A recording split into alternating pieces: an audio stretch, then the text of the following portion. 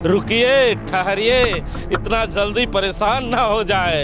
ये रिलायंस क्यों बंद हुआ है इसके बारे में ज़रा जानकारी आपको दे दूं, क्योंकि जो बोकारो स्टील सिटी के दर्शक थे लगातार मुझसे पूछ रहे थे कि हिमांशु भाई रिलायंस स्मार्ट सुपर स्टोर क्यों बंद हो गया है। तो शर्मा जी हमारे साथ हैं, बताएंगे कि क्यों बंद हो गया और कितने दिनों तक बंद हो गया। शर्मा जी, क्यों बोकारो स्टील सिटी के जितने भी इस तरह के जो स्टोर हैं वो बंद हो गए। हम लोगों ने देखा कई छोटे छोटे स्टोर को भी बंद कर दिया गया है। अब हम लोगों ने चास के कई वार्ड भी गए, वहाँ भी दुकान बंद था। क्या कारण?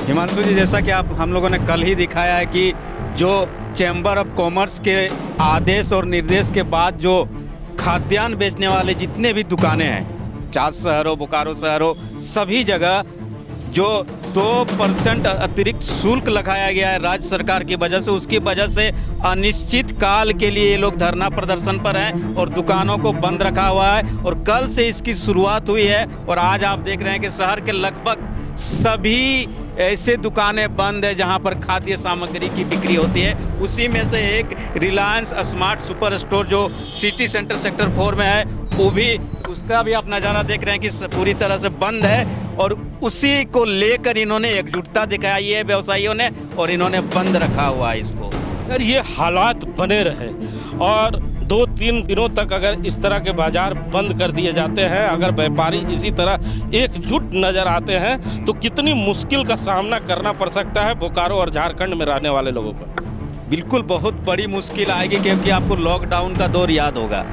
जब भी इस तरह की कोई वारदात होती है तो क्योंकि लोग आजकल प्रतिदिन चीज़ों की खरीदारी करते हैं, आय के हिसाब से भी और बाज़ार के हिसाब से भी, और उसकी वजह से लोग डेली खरीदारी करते हैं। ऐसे में अगर लगातार 2-3 दिनों तक इसी तरह खाद्यान्न बेचने वाली दुकानें बंद हो जाएगी तो सोचिए कि लोगों के घरों में खाने की चीज़ों की किल्लत हो जाएगी हिमांशु जी, और ये बहुत बड़ा संकट उत्पन्न कर सकता है पूरे प्रदेश में। और इससे लेकर मुझे लगता है कि सरकार को चेत जाना चाहिए और तुरंत इस दिशा में अविलंब कदम उठाए जाने की ज़रूरत है, अन्यथा हाहाकार मचना लगभग तय माना जा रहा है, क्योंकि कोई झुकना नहीं चाहता। देखिए, इस समय की जो सबसे बड़ी खबर है उससे हम लगातार आपको रूबरू कराते चल रहे हैं, क्योंकि बोकारो स्टील सिटी में जो लोग नौकरी पेशा वाले लोग हैं जिन्हें जानकारियां नहीं है तो उन्हें जानकारी दे दे कि अगर उनके घर में उन्होंने राशन नहीं खरीदा है तो तुरंत कहीं ना कहीं जाकर राशन खरीदने की व्यवस्था में लग जाए,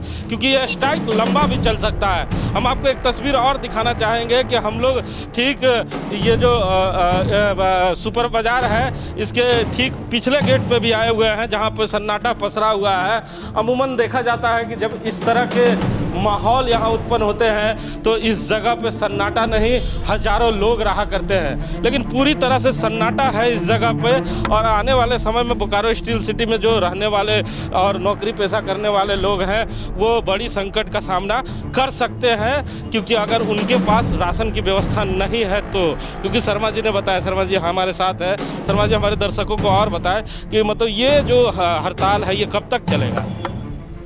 जैसा कि मैंने बताया, चैम्बर्स ऑफ कॉमर्स ने इसका अनिश्चितकालीन की घोषणा की हुई है हिमांशु जी, कि अगर सरकार नहीं झुकती है, ये जो 2% बाजार शुल्क लगाया हुआ है सरकार ने, इसको अगर नहीं रोकती है, इस पर डिसीजन नहीं लेती है तो अनिश्चित काल के लिए हम लोग बाजार को बंद रखेंगे।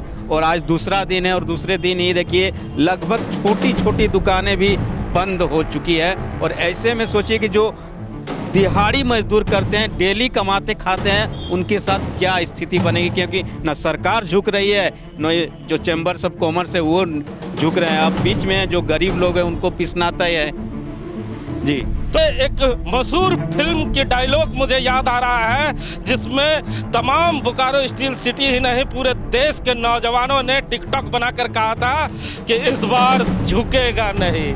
तो आखिर कौन झुकेगा? सरकार झुकेगी, आवाम झुकेगा या व्यापारी झुकेगा? अब तो आने वाला समय ही बताएगा कि आखिर झुकेगा तो कौन झुकेगा। कैमरामैन भोला के साथ जीपी हिमांशु।